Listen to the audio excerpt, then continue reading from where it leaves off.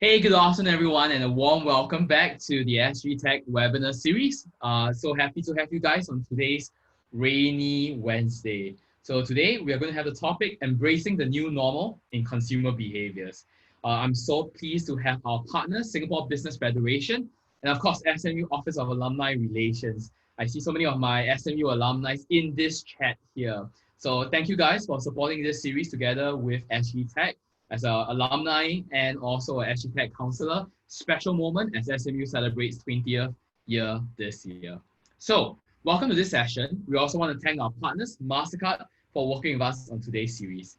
Before we get started, as always, we want to give our participants safe harbor statements. The information provided, we'll try our best to make sure it's accurate and it's really meant for the purpose of education.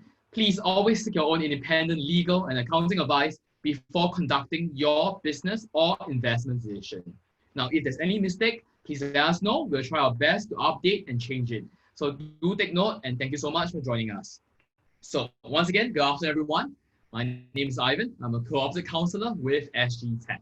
So what is SGTech? SGTech is the premier trade association for the tech industry in Singapore. We represent more than 950 members, all the way from the SME to the startups to the big MNC that take part in this very vibrant and exciting time for the technology space. Now, we put together this series of webinars as we know the new normal and before that, the isolation economy was a challenging time for the SMEs in Singapore. We put this together so that we can better share ideas, thoughts, and how we can all take advantage of the situation to continuously improve ourselves and help businesses survive and thrive in the new normal. So as always, we've got these 3 questions. Now the slides will be available one day after this session is over. They'll be available on the SGTech website. A recording of this session will also be available on our YouTube channel and our Facebook page. And last but not least, a Q&A function is available today. Now, for those of you with questions for our guests and panelists today, please click on the Q&A function, list down your company name and the questions, and I will moderate them later. Now, today's session, we will first have a sharing session by Mastercard. And after that, we have 3 amazing companies sharing solutions that will make sense for you in a new normal. So do stay tuned for the whole session and we'll take a group Q&A session after that. So without further ado, I would like to pass over my time to Daniel from Mastercard. Daniel, over to you. Thanks, Ivan. Hi, thanks to SGTech as well for inviting us to this webinar today. Hi, good afternoon, everyone. My name is Daniel from Mastercard. I'm doing business development for commercial payment solutions in Southeast Asia. I'm delighted to be here today to share with you how COVID has reshaped the online shopping behaviors for consumer and buyers, and what are the opportunities for SMEs to capitalize on the e-commerce growth through digitization. Can I move on to the next slide, please? Thanks. Yeah, so as everyone is aware, COVID has caused dramatic shift in purchasing behavior. There's a mixed reaction to COVID-19 from consumer and buyers alike. Majority of them, they spend a lot more time on online purchases now. The impact is, we can see, for example, from recent research conducted by Nelson, there's 37% increase in their online shopping activities. Likewise, the same percentage of decrease in shopping from the regular stores. Likewise, there's also a huge reduction in outdoor activities. So the trend is here to stay. We have started to see that more and more people, they are used to working from home, and they are used to ordering food through online services and getting other providers to actually deliver the foods to their house or deliver the groceries to their house. So we also see that 51% are eating out lesser, right? Let's move on to the next slide, please. So this rise in online shopping behavior is nothing new. We have seen similar shift in online shopping behavior during SARS. And at that point in time, right, the shopping behavior actually retained even post-SARS period. So we believe that even post the COVID-19 period, basically this online shopping behavior that has changed will continue to stay with our consumer and buyers in Singapore. So right now we can see that 3/4 of internet users have actually purchased online items before, and the online orders for essentials has surged tremendously. Because everyone is working from home now, so we can see that there's more purchases for work from home related items.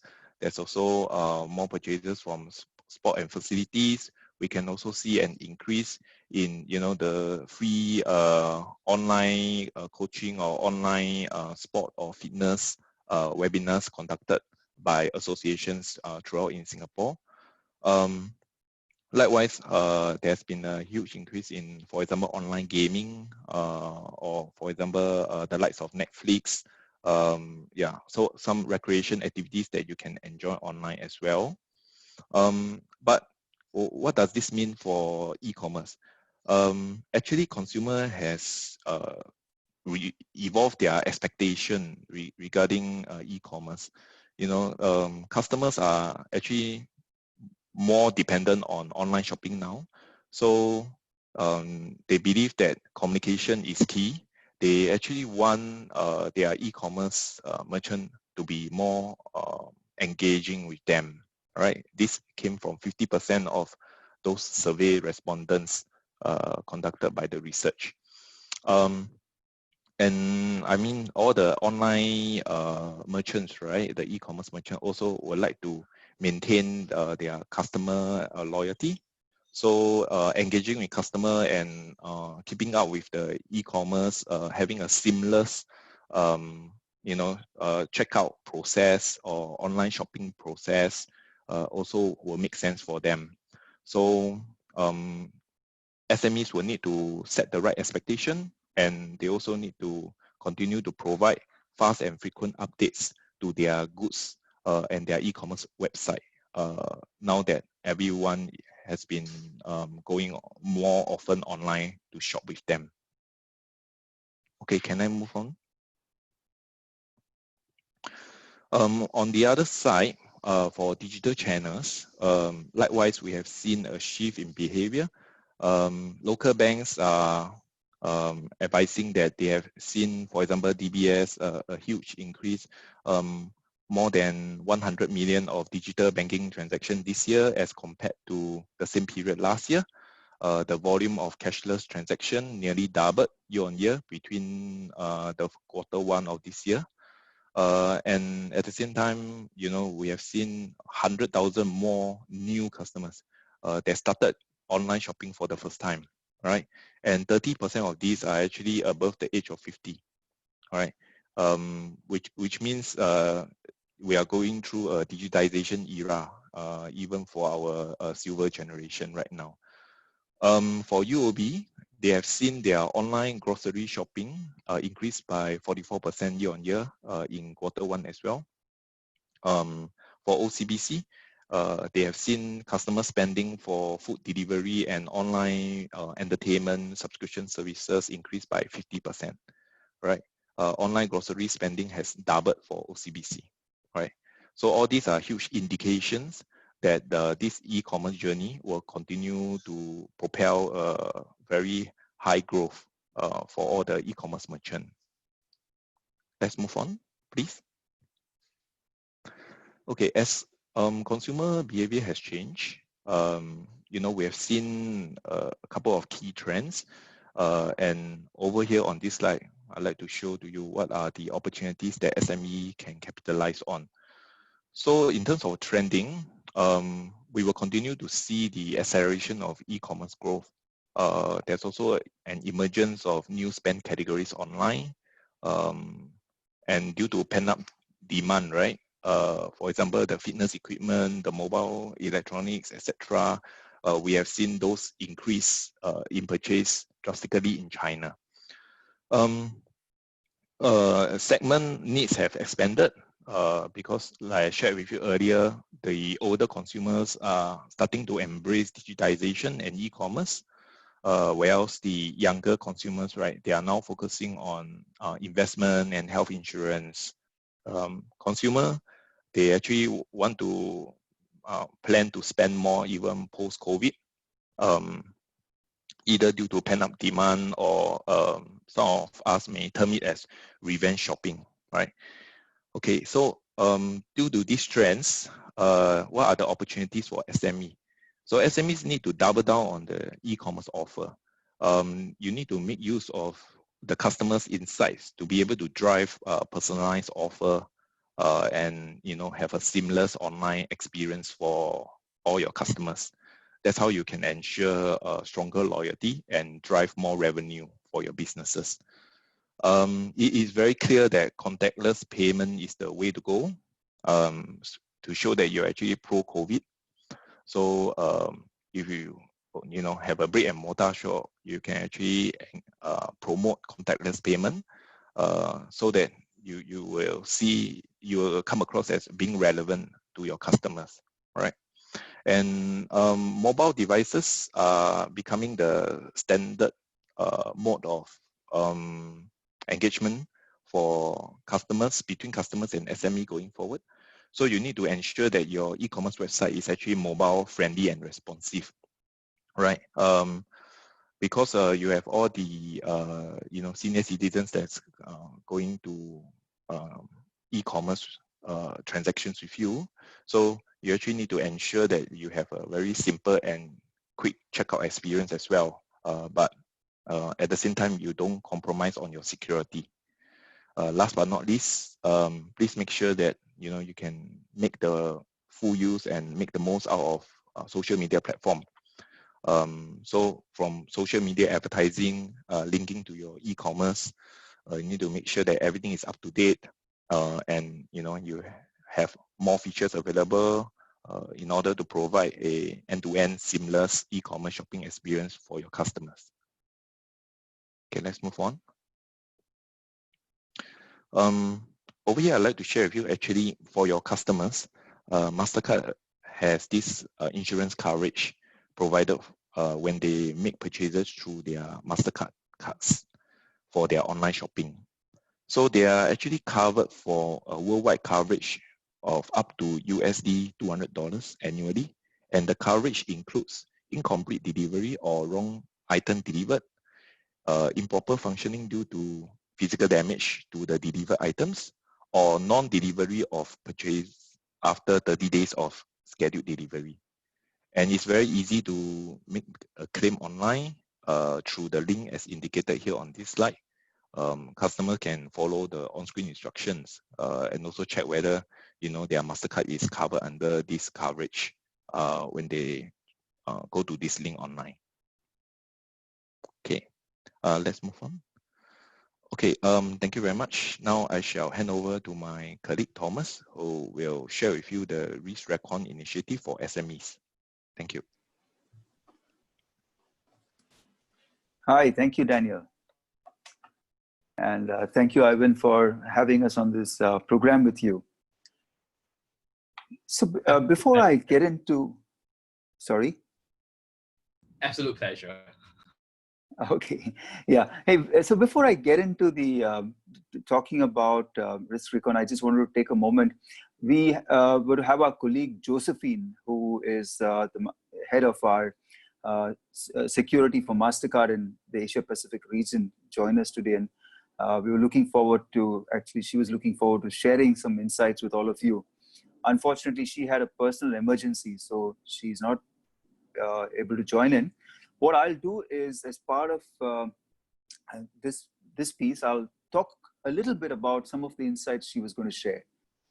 Jaden, let's move to the next slide and we can get it to, great, thank you. Hey, so one point that Daniel mentioned, and I think that's really, really important because all of you out there are business people, and it's the whole dichotomy is about what Daniel said, right? How do you manage convenience? How do you manage frictionless? At the same time, how do you keep yourself secure? And as we talk, I would urge all of you to keep that somewhere at the back of your mind, because you can't compromise one for the other. and because if you go too heavily on the security side, then you know what happens is the convenience piece becomes a challenge. And if you go too much on the convenience side, compromising security, then the vulnerability opens up. So I would say that as we go through this piece, do keep that in mind and think of how can you hit the right balance where you're making sure your business is absolutely secure. At the same time, you're making sure that you are delighting your customer, irrespective of who they are. Particularly, customers are also adapting to a change, right? Because for all of them also going online, as Daniel said, a lot of people are not used to online. And so they're also going through that same adoption. So do keep that in mind.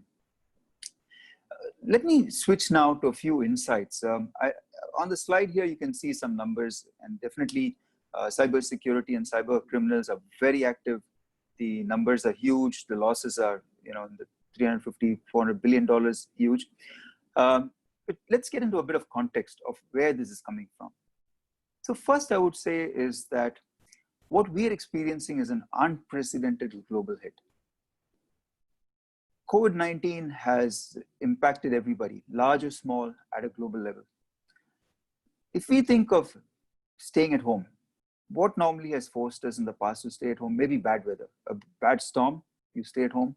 It is few days and it passes. But we never stayed at home for 3 months, 4 months, or forced ourselves to work from home. Let me use the word work from home for such a long period. So that's one. Second is if you look at even an event like a epidemic, right? We had SARS. SARS did affect some parts of the world, but a lot of the rest of the world continued.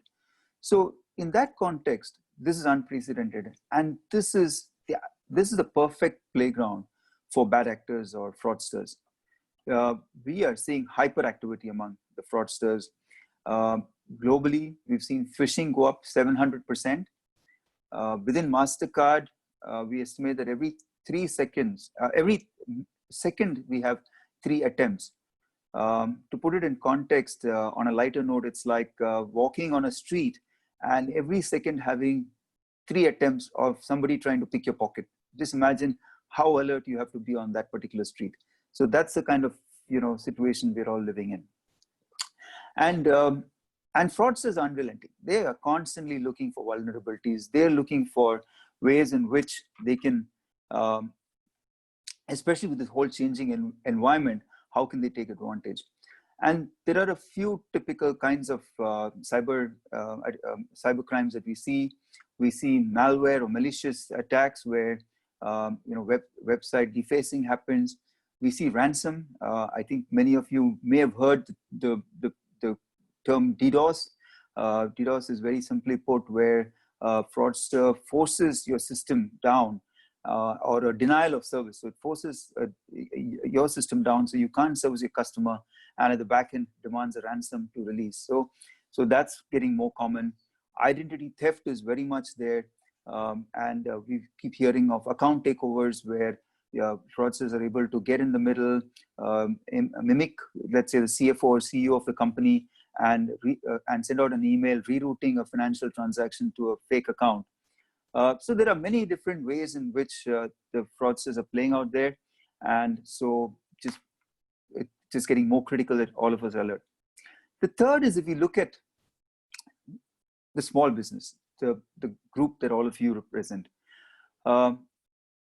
Research has shown that this has been a vulnerable group. So 50% of cyber attacks have actually been on small business. Our research also shows that typically an attack is about $3 million of loss. So if you think of a small business, and again, this is researched, what it shows is that 60% of small businesses did not even survive 6 months after an attack. So it is a big impact, and it's something that you want to be wary of. Coming closer to Singapore, again, there have been a few researchers, and one of them I would urge all of you to definitely go have a look at. One, of course, is research which was done by CrowdStrike to look at the whole home security as people, the work security index as people shift to work from home. I mean, the obvious was that 74% of all of us are now working from home. So that was pretty obvious. What also I think is pretty obvious is that 70% of us are using our own devices. So that's no surprise.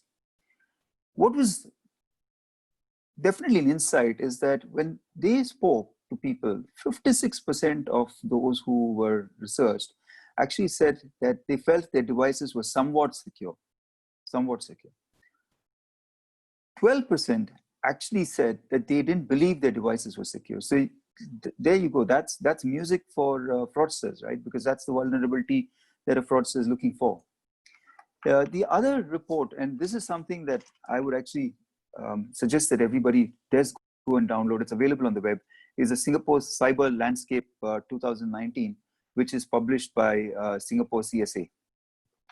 So obviously the phishing, as I said, globally has gone up. In Singapore also, the numbers had gone up by about 300% between 2019 and 2018. And the expectation is that obviously with COVID, it would have gone up further. What was also came out in the research was that 44% of small businesses saw an 44% increase for small businesses in things like malware attacks, web defacement. So all these are disruptive and all these are directly affecting your business. What I want to do is take a moment to quote David Coe, who is the commissioner for CSA, because what he says is so relevant. He says that as one of the most connected countries in the world, Singapore remains a target for cyber attack and cybercrime, which is very true. And more importantly, he adds that with COVID-19, it provides a new opportunity for an attack surface for the bad actors or cyber criminals to capitalize. So, and that's the truth, and that's part of the research. Okay, so with that background, let me shift into the presentation we have for you. Jaden, let's move to the next slide. Okay, so this is your house or your office. And when you think of burglars, what do burglars do? Today, if somebody is going to burgle your office or house, they will actually come beforehand and case or study your house or scout your premises from the outside. What are they looking for? They're looking for your windows, your doors, your back doors, your exits. They're looking for weak spots. And then they're looking at the kind of security you have, like your locks, bolts, etc. And lastly, they will look for your third party. They will look for who are the third party you use, who's your security company, who's coming to clean your office, who's taking your garbage. Are there possibilities to, in some way compromise those third parties? It is no different when it comes to cybercrime. The cyber criminal does exactly the same to your online presence, or what we call your cyber posture. So cyber criminals are constantly watching you from the outside to look at, Jaden, let's go to the next slide. Yeah, so they're constantly looking at you from the outside to look at things like, what are your firewalls look like? What are the software patches? Very often we have companies like Microsoft and others who provide us services updating their software to be ahead of all the vulnerabilities that are happening. But sometimes we are a bit lazy or tardy, or we don't realize there's a patch and we don't update the patch. And that's a perfect spot for cyber attackers. What are they doing? They're also looking at your web security. They're looking at what type of web security you use. And more important, what is your third party posture? They're looking at what are the third parties that connect to you online, and what type of access do those third parties have. And again, they're able to evaluate and see based on the type of access, which of those third parties are able to breach you. And if you look at most global breaches, it's always been the third party that's where, in most cases, it's actually been the third party that's been the point of vulnerability. If you take, many of you may have heard of British Airways, where they had a breach a couple of years ago. Actually, the hackers found a vulnerability through the baggage handling company that was connected into British Airways. And, the stories are many there. So that's how, so it's no different. In summary, what a cyber criminal is doing is no different from what a normal, typical burglar does. He or she, they're casing your environment, checking your cyber posture, and then looking for weak spots. Jaden, we can move to the next slide. Thank you.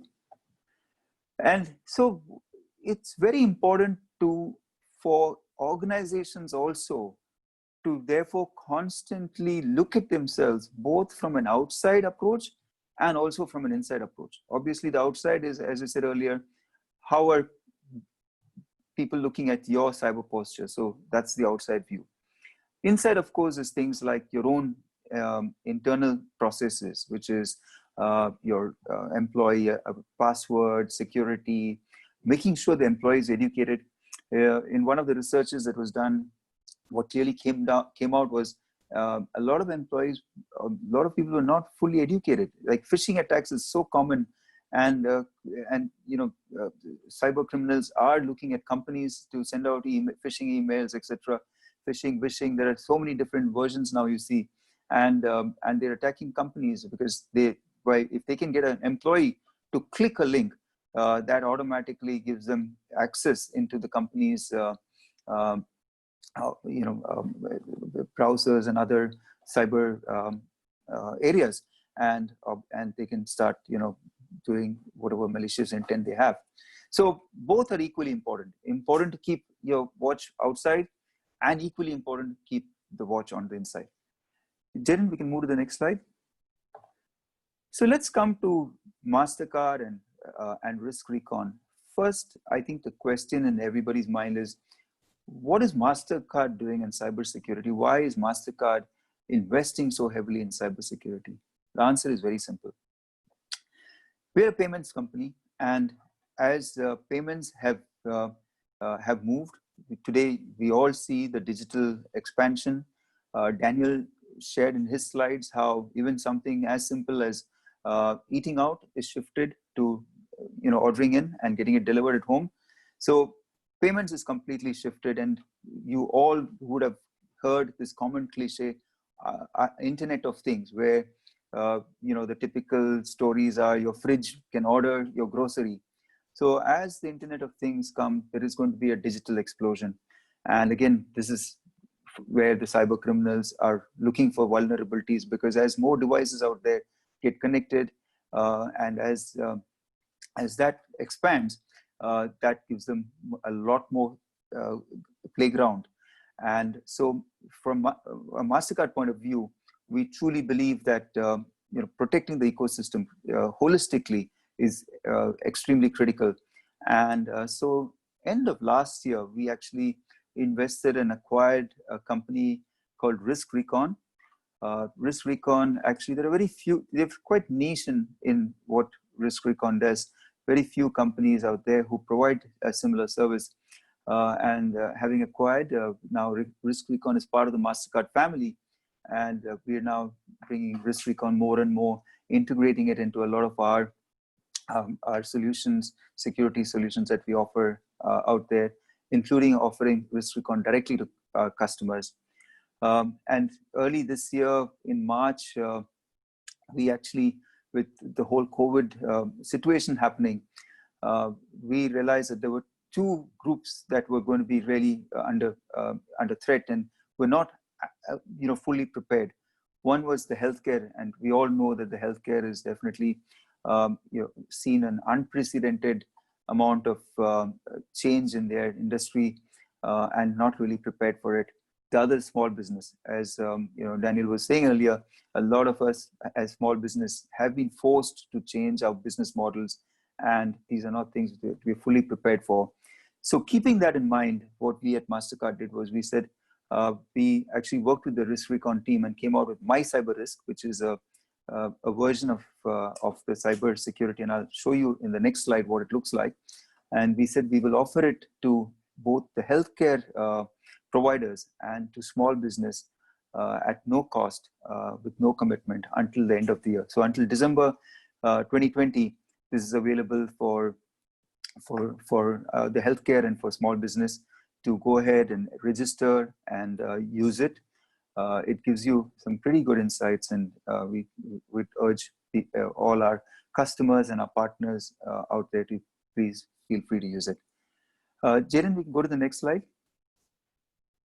So this is what actually you will see if you register yourself for My Cyber Risk. What Risk Recon does is when I spoke earlier, I spoke about the cyber posture and how burglars look at your environment. Risk Recon does the same thing. Risk Recon also looks at your cyber posture from an outside. So exactly like how a burglar will look at it, we also look at it from an outside, and we look at all the different vulnerabilities, look at all the different ways in which typically a burglar could enter, or a cyber criminal could attack you. And what we've done is we've identified 11 security domains, and against those security domains, we've used 40 different criteria to assess the vulnerability. And based on that, we provide you a score. There are 3 parts on this report. On the left-hand corner on top, you see a score in a little round box in a circle. That's the average security score for the organization. And to the right of that, you see a little wavy, that tells you how that score is moved over a period of time. And further, it also gives you an indication of how you are benchmarked versus others in the industry. And below is a table where you see the 11 security domains. And against each domain, you can see the individual scores. And the green, blue, yellow, and red are actually indicators of the risk level of those scores. So, for example, if you see a yellow, that means in that particular area, you need to be a little more careful. And this covers everything from software patches to your email security, web filters, web security, pretty much governance. So pretty much everything that is very relevant is covered here and is scored. The third thing that Risk Recon and that we do at Risk Recon is we actually then take that score. And if you look at the little box at the bottom, it's a 9 box where we take that score and then prioritize it, risk prioritize it. And the advantage being that as a recipient of the score, you don't have to go and look at everything. Because it's prioritized, you start with the red box right on the top right-hand corner. And because that red indicates that's the most vulnerable. And we would recommend that that's where you should first put your focus. Just to be clear, this is a score. This tells you your vulnerabilities. What you do after that, or what services you use after that is something that we leave completely to you to then solve for. What we'll provide you is the vulnerabilities. We'll provide you some recommendations, and then it's for the organization to do this on your own. What I also wanted to be clear is while Risk Recon does third-party scoring also for companies, in this case, this particular My Cyber Risk, which we're offering complimentary, is only for the own enterprise. And we believe for small businesses, that's a good starting point. Jaden, we can go to the next slide. That's the last slide. Okay, so basically, it's very simple to get started. If you look at the corner there, there is a URL we have provided. Yes, Jaden is just hovering over it. You just need to click that, and it'll open to a registration site. So just like you register for any other services, you register there, and then you will get an email with a link, which then validates your registration. And once that's done, normally in about 4 to 5 days, the portal is up and you can access the portal. And every 2 weeks, we refresh the score. So it's very dynamic. So every 2 weeks, you can go in and see how your cyber posture looks. Hey, so that's pretty much what we wanted to share with you. Definitely do encourage you to go ahead and have a look. And as I said, I would also encourage all of you to please download the report by CSA. It's a very good report, very comprehensive, and it also has some good insights on what can be done. So, especially in the COVID environment. So the report, again, I'll repeat, is Singapore Cyber Landscape 2019, published by the Singapore Cyber Security Agency. So please do take the report. And of course, please do take the opportunity and take the advantage of registering yourself for My Cyber Risk. Thank you. All right, thank you so much, Thomas. So now we are going to have 3 solution companies coming to show us their different solutions for ideas and cybersecurity and in the area of adapting to the new normal. So first up, we'll have NinjaOS. Hi. All right. So hi, welcome to the webinar. So my name is Vignesh. I'm the CEO of NinjaOS. So today I'm just going to share with you more about NinjaOS and how you can actually adopt e-commerce to actually build your business online. So NinjaOS is an online ordering system. Think of us like the Shopify, but Shopify would be like more like do it yourself. We would be like, we do it for you, right? So we enable online ordering for like malls, retailers, restaurants, cafe, clubs, and bars, and so on and so forth. We've got customers in Singapore, Malaysia, Philippines, and Indonesia. I'll move to the next slide. So why your own ordering system, right? So before COVID, I guess this statement was true and it is still true. But now with COVID, I guess it's more of a must rather than like, what if I could not, right? So it's almost a decision that you have to take in order to actually digitize your business. So as opposed to like, what it used to be, it still stays true, whereby if you are just relying on your third-party apps to actually run your business online, what happens is that you are actually subjected to the 30 to 40% in commissions. You're only limited to a very small radius of coverage. This includes your awareness as well as the area that you're actually allowed to actually serve. And on top of that, of course, customers' data will never belong to you. So you're always left in the lurk to always rely on a third party. I'll move to the next slide. So basically what NinjaOS is here to do for you is to set up for you your own ordering system in your own website within your own URL. And basically what happens here is that it's zero commissions. So you get to keep what you earn so that you can grow your brand. And island-wide delivery is made possible right now, so that what we have done is we've actually partnered with some of the largest delivery service providers. So one click of a button, someone will be there at your outlet to pick it up and deliver. And thirdly, very importantly, you are able to gather and grow your own customer base, which happens to be key because whatever said and done, it's a lot more easier and cheaper to sell to somebody you have already sold before than to find customers every single time, right? Move to the next step. So basically what NinjaOS can do for you is the fact that it can help you sell online. So the website becomes your salesperson, right? Aside to having a WordPress website where it's just informational, right now an e-commerce website will help you make money. So by having an e-commerce website, it helps you sell whether your shop is open or closed because it can take orders for same day as well as advanced. It can help you increase your revenue because aside from the dine-in sales, walk-in sales, you're able to take orders online for delivery, takeaway, catering, and so on and so forth. And you're able to increase repeat sales. How is because we do have an integrated cashback feature, which lets you, award points and birthday vouchers and all of those kind of stuff to your customers. I'll move to the next one. Yeah, so basically all the features that you'll ever need is actually packed together in one holistic system. It's simple to use for you as well as for your staff. So we combine online ordering with delivery, takeaway, dining, and reservation. We include CRM for you to gather and grow your customer base. We have loyalty involved so that you can now increase your repeat sales with cashback. Integrated delivery is possible right now with just one click of a button, and integrated payments. I'll move to the next one. So Ninja Pro is the solution that we are talking right now for today.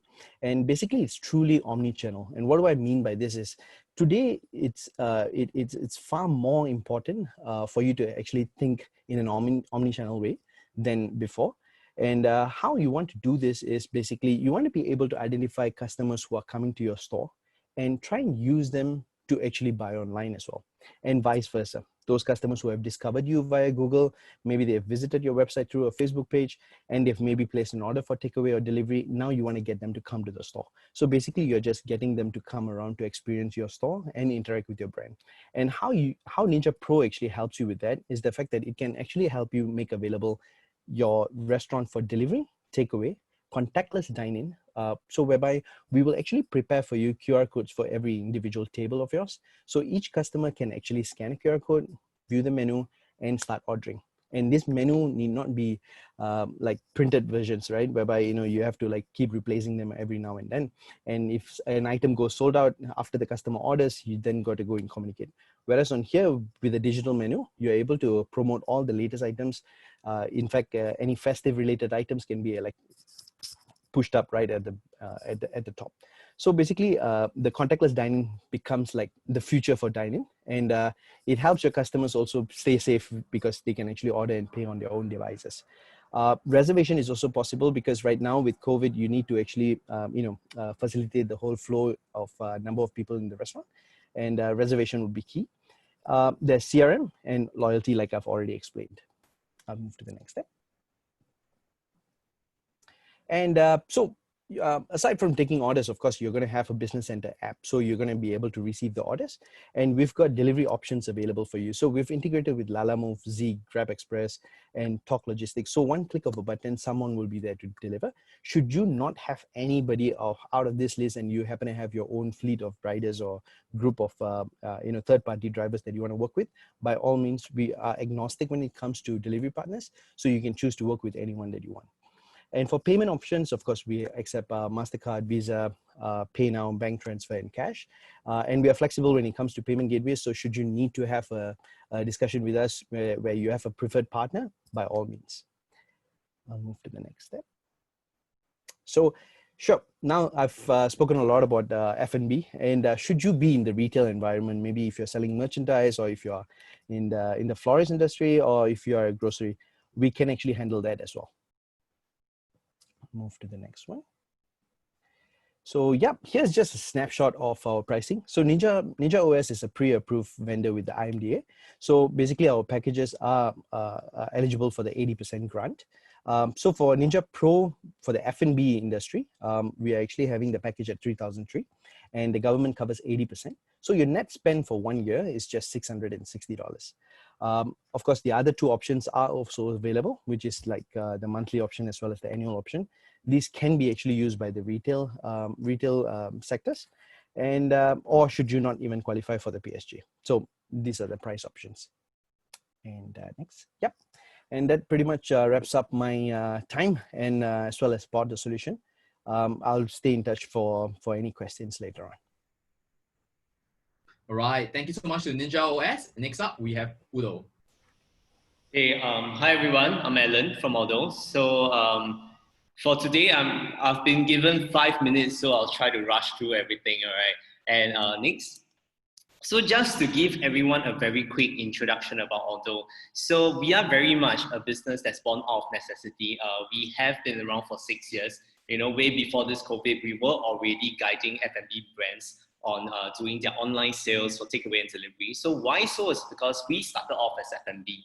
And from there, we really needed a solution for ourselves. We built one and then we started to share. And as we grow, more and more partners are sharing with us their insights. And that's how our system actually improved over the years. So at this moment, we do have over 3,000 plus F&B brands, be it the hotels, the malls, the restaurant groups, you know, across 4 countries as well, Singapore, Malaysia, Hong Kong, as well as Taiwan. Okay, next. So I guess Vinesh has shared a very good, insights on why it's important for you to grow beyond the marketplaces, right? Nothing wrong with working with your GrabFood and Foodpanda, but I think one key thing that I would like to highlight, always remember, what are the kind of orders that you're getting from these marketplaces? These are your last minute customers, your smaller baskets, right? And these are your impulse buying. At this moment, Alan is hungry, Alan will buy now.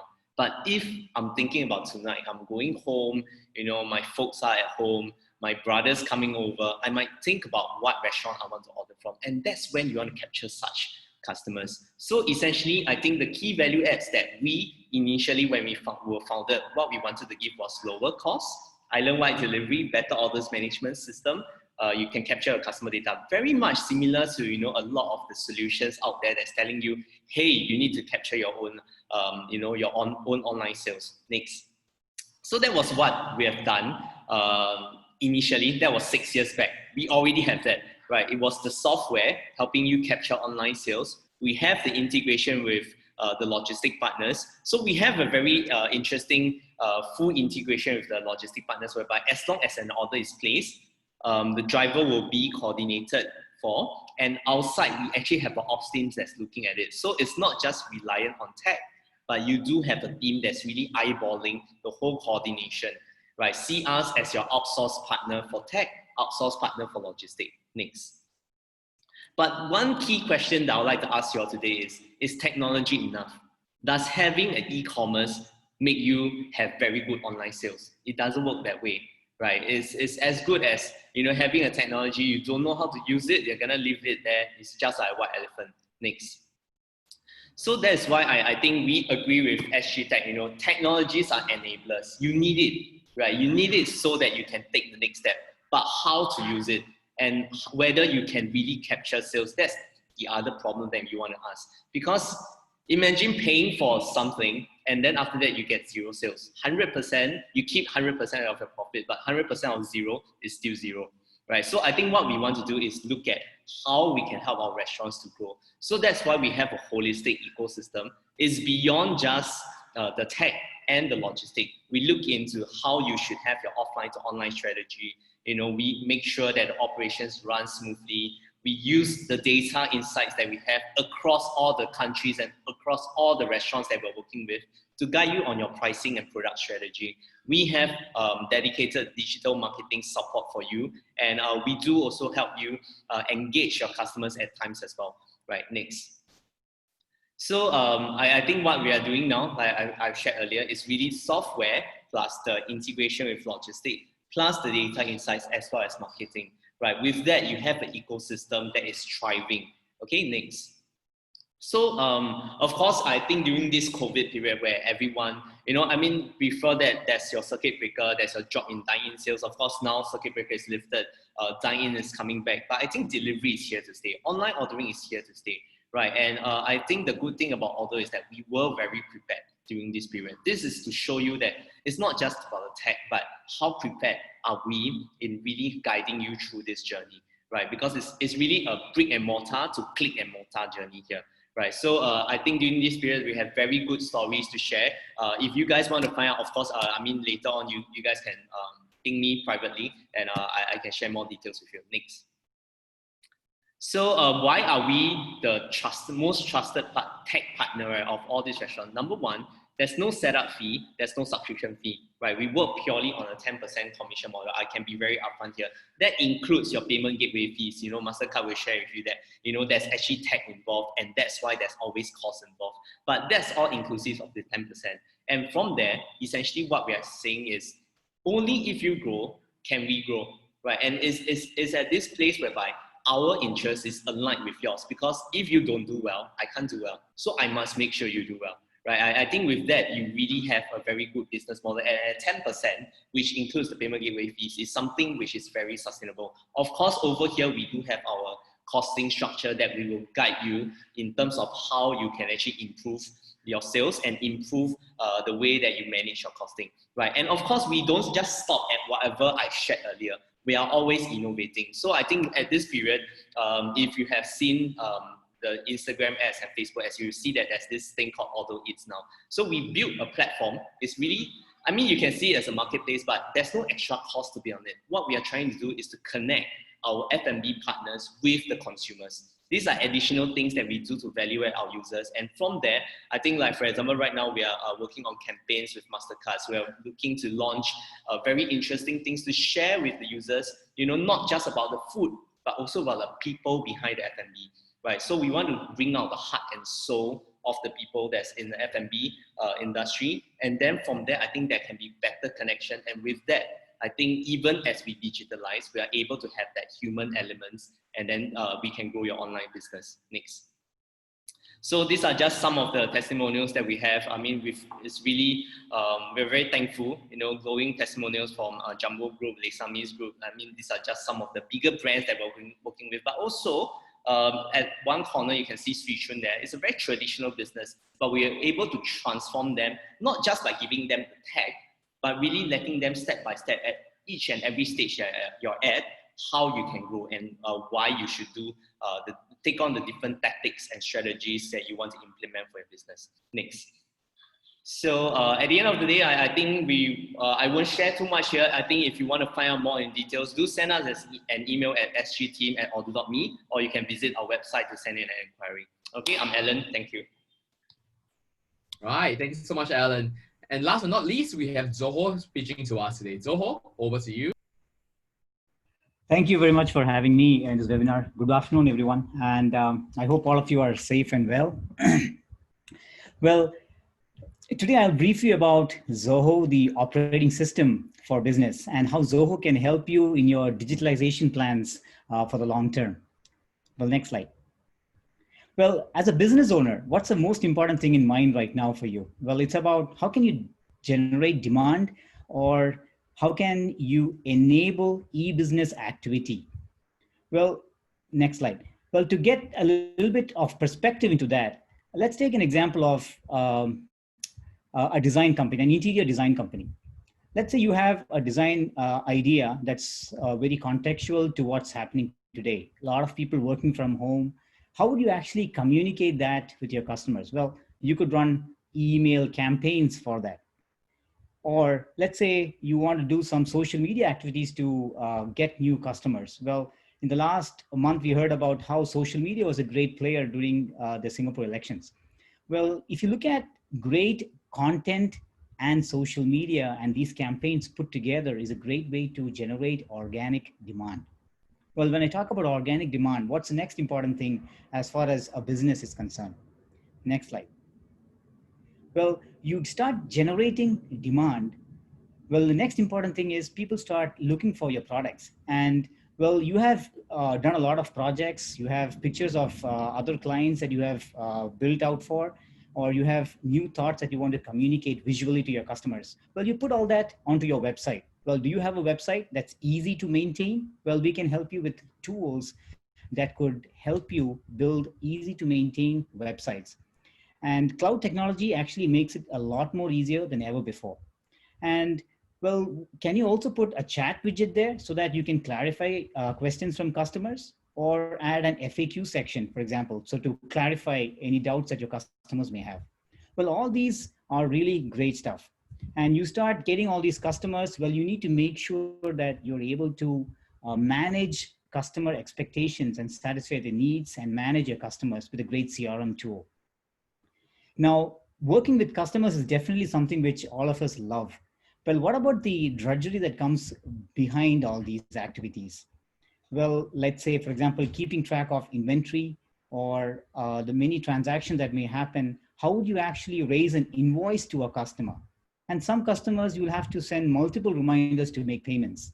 Can you give an easy mechanism for them to make payments? Can you send out reminders automatically?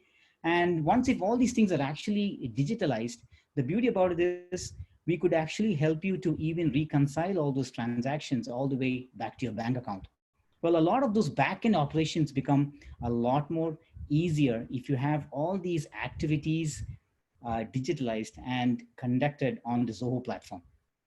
Next slide. Well, as you generate demand using, say, for example, you may use ads to generate demand. You may put up some third-party advertisements. So you may drive traffic into your website. You may, say, for example, if you're the interior design company, you've actually, your major work actually begins once you get the customer. Well, you kick off a project. Well, when you look at all this data and you look at it together, you could actually analyze the data to identify a repeatable process as a business. Well, in the new norm, maybe you may want to figure out what is the new analytics that you can get out of your existing data. Well, you could use spreadsheets or more complex analytics tools that can help you manage all these aspects of doing business. Well, next slide, please. Well, Zoho provides a suite of 45 plus applications for almost every role in the organization, be it sales teams, marketing teams, IT, HR, or your finance teams. Well, I have picked a few of them out of the 45 plus that we have and have actually listed there. Well, the most popular products bundle being Zoho One. Well, Zoho One is one unified software suite to run your entire business. Zoho, with over 8,000 employees worldwide, runs exclusively on Zoho itself. Well, that's an example of what you could actually do with the Zoho platform.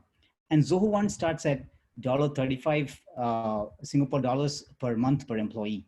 Or you could even use any of our products and get started with that individually. Like, for example, each of our products have a free edition.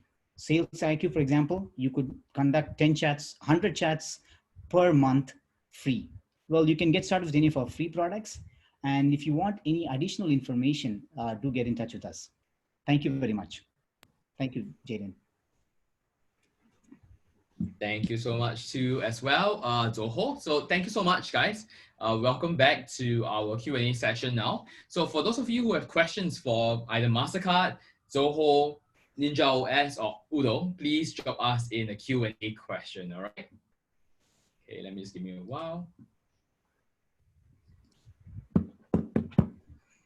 Now, it seems to me that a lot of questions are related to fraud. So maybe just one or two questions for Thomas then. So Thomas, apart from what you shared earlier, which is a cyber risk assessment, any other tips for small, medium businesses in Singapore that they can be a bit more safe with regard to cybersecurity? Hey, hi, Arvind. Yeah, Thanks, Thomas. I would just say it's pretty much to be aware. What clearly comes out when we look at cybersecurity is that it's not that the fraudsters or hacksters have super sophisticated equipment out there. They actually are depending on human error. A lot of cases, it's purely human error or our own negligence or our lack of diligence in doing the simple things. So that's where, whether it is, like we say, when it comes to the external view, when we look at it, we keep, one of the things that definitely comes up is software patches. Make sure that you're constantly updating your software patches. And that's part of when we run the risk recon score, that's something that we do call out, the email security, the software patches, the governance, so these are things that to keep a lookout on. And then internally, what I would personally advise is making sure that you're constantly educating staff.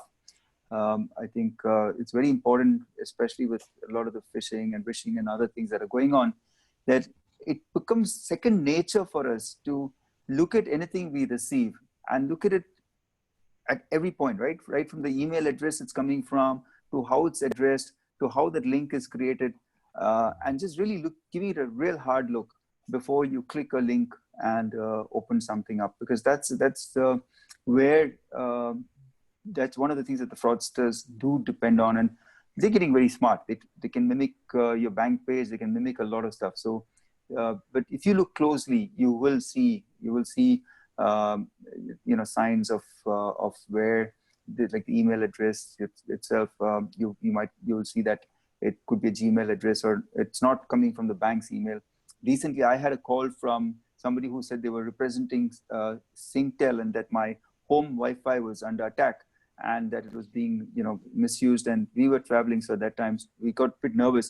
But then when I took the phone for a minute and looked at the number, it was from Malaysia. So immediately I said, okay, this is not a genuine guy. This is somebody trying to, and I immediately asked a couple of questions and the person hung up. So it's even simple things like that, right? You look at the number, you look at where the email is coming from, and you will realize that it's coming from outside. So these are things that we can just make as part of our daily habit. So practice daily safety habits. Thank you so much, Thomas. Yeah, you have a really good question. Hopefully maybe Daniel or Jaden can answer. Yeah. Then the question comes in for Mastercard before I push it over to all other guests today. Is it possible to directly integrate Mastercard payment facilities into some of our SME applications that you're building, or do you have to go through a payment facilitator? Maybe I can answer that. I'm Jaden. Hi, Jaden. Yep. Actually, you have to go through the resellers in this way, as what is mentioned. We don't really integrate directly with customers. All right, perfect. Thank you so much. All right, and last but not least, I'm going to take a few questions for our guests. So thank you so much to Mastercard. We'll put you guys off the hook. So I think first question directed to Zoho. Maybe you can comment to us, what do you think is a typical startup cost for 1 year of using Zoho? Okay, so Zoho One. So the question over here is specific to Zoho One. Zoho One starts at $35 per employee per month, or it could be around $300 a year for the entire suite of applications that you see. And is there grant subsidies for it, like productivity solution grants, or currently there's not on the grant scheme? It's not there on the grant scheme currently. All right. Okay. Thank you so much. Question for NinjaOS. Are you guys part of the if for F&B and retail? Are you part of the digital resilience bonus? Sorry. Yes, we are. So we are one of the appointment vendors for the DRB bonus. Okay. All right, so for everybody, the digital resilience bonus for F&B and for retail is an additional $10,000 bonus grants if you adopt certain form of digital solution. So I know Oddle is on it, so great to hear also that Ninja is on it as well. So either way, you cannot go wrong with two of our Mastercard and SGTech partners. Okay, and last but not least, I think Alan answered these questions in the group chat. So, maybe Alan, are you guys able to integrate with freelance drivers? Maybe you can just answer this question. I think for this, we can take it offline. I think when it comes to integration, freelance drivers, just ask them to use Lalamove app and you got it done, right? There's always logistic costs to pay. So I think it's just a management of the cost. Integration with freelance drivers, what if they need an app to use? That's where Lalamove comes in. That's where they can look at Grab as well. But Lalamove will be their preferred partner at this moment. All right. Thank you so much, Alan. So once again, on behalf of SGTech, I want to thank our speakers, Daniel, Thomas from Mastercard, and thanks, Jaden, for making an appearance to help me answer the question. And thanks to our speakers today, Gibu from Zoho, Alan from Oddle, and Dinesh from NinjaOS. So what we're going to do is, I think some of you guys need the email addresses of the three of our speakers today. Do you mind, Alan, Gibu, and Dinesh, in a group chat in the Zoom, help me type in your email so that SGTech will not suddenly receive a flood of requests. So I think it's good to have us type in your email in the group chat and send to all. So to our friends in the, hold on, Alan, you have to retype again, is sent to panelists only. Send to all panelists and attendees, please. Thank you. Okay, so we have Oddle there, Dinesh, and then Gibu. All right, as they type. The rest of our audience, thank you so much for joining us. Have a safe week. Please also help us do our post-webinar survey. So on behalf of SGTech, once again, thank you so much, guys. Thank you. Have a great week ahead. Thanks, Arvind. Thanks for having us. Stay safe, everybody. Stay safe. Thank you. Thanks, everyone. Thanks. Take care. Bye. Thanks. Bye-bye.